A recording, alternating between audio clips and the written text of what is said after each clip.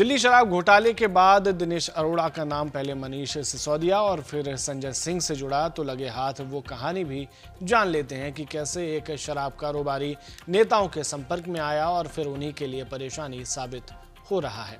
बकौल ईडी जो जानकारी प्राप्त हो रही है उसके मुताबिक अब तक की जांच में सामने आया कि दक्षिण भारत की लॉबी के अलावा शराब और रेस्तरां कारोबारी दिनेश अरोड़ा और आप नेता और दिल्ली के तत्कालीन उप मुख्यमंत्री मनीष सिसोदिया के बीच की कड़ी राज्यसभा सांसद संजय सिंह ही थे। दिल्ली विधानसभा चुनाव से पहले किसी माध्यम से संजय सिंह को जब दिनेश अरोड़ा के बारे में पता चला तब उन्होंने उससे बात कर पार्टी के लिए फंड एकत्र करने का अनुरोध किया था। उसी के बाद 2020 में पहली बार दिनेश अरोड़ा और अमित अरोड़ा ने संजय सिंह के सरकारी आवास पर जाकर उनसे मुलाकात की थी। उनके बीच फंड एकत्र करने को लेकर घंटों चर्चा हुई थी। दिनेश अरोड़ा ने जब मनीष सिसोदिया और अन्य से परिचय कराने की मंशा जाहिर की तब संजय सिंह ने उसके सामने शर्त रखते हुए कहा था कि वह पहले उनके कुछ खास लोगों को रेस्तरां और शराब के कारोबार में शामिल करे, उसके बाद उसकी मनीष सिसोदिया से मुलाकात कराई जाएगी। शर्त मानते हुए अरोड़ा ने संजय सिंह के कुछ खास लोगों को अपने कारोबार में शामिल कर लिया था। इस बात का जिक्र ईडी ने अपनी चार्जशीट में किया है। चार्जशीट में यह भी कहा गया कि दिनेश अरोड़ा ने अमित अरोड़ा को विवेक त्यागी से भी मिलवाया था। विवेक त्यागी मनीष सिसोदिया और संजय सिंह का करीबी है। धीरे धीरे इनकी बैठकें होना शुरू हो गई थी। एक बैठक में दिनेश अरोड़ा और अमित अरोड़ा के अलावा सर्वेश मिश्रा, अजीत त्यागी जो कि संजय सिंह के निजी सचिव थे और विवेक त्यागी भी शामिल हुए थे। संजय सिंह के घर अमित अरोड़ा की कई बार बैठक हुई। मनीष सिसोदिया से अरोड़ा की मुलाकात एक डॉक्यूमेंट्री तैयार करने की बात पर हुई थी जिसमें दोनों पक्षों ने अपने अपने लाभ की बातें साझा की थी।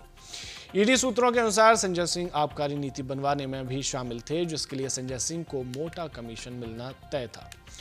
आबकारी घोटाले से जुड़े मनी लॉन्ड्रिंग मामले में कई आरोपितों को गिरफ्तार कर उनसे पूछताछ में जो नए सबूत मिले, ईडी ने सीबीआई को लिखित में उसकी जानकारी दी है।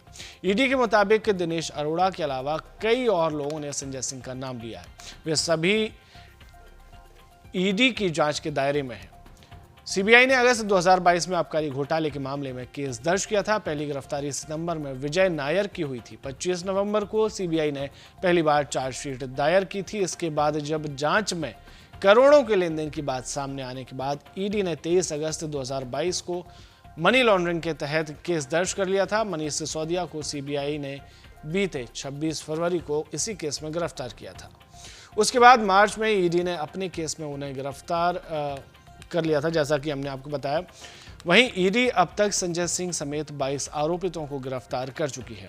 आबकारी घोटाला मामले में दक्षिण भारत की लॉबी के 3 लोगों ने कारोबारियों की तरफ से आप नेताओं से डील की थी जिससे बाद में 100 करोड़ रुपए आए थे, जिनमें से 31 करोड़ रुपए दिनेश अरोड़ा ने हवाला के जरिए पार्टी नेताओं को गोवा चुनाव में खर्च करने के लिए भेजे थे। ऐसा आरोप ईडी द्वारा लगाया गया और अब यही दिनेश अरोड़ा सरकारी गवाह बन गया है जिसकी वजह से पूरा खेल बदल गया है। हालांकि अभी तक कोई सबूत ऐसा कोर्ट में पेश नहीं किया गया है, इसीलिए हम इसको अभी तक सिर्फ जांच और आरोप के बीच में ही सीमित रखेंगे।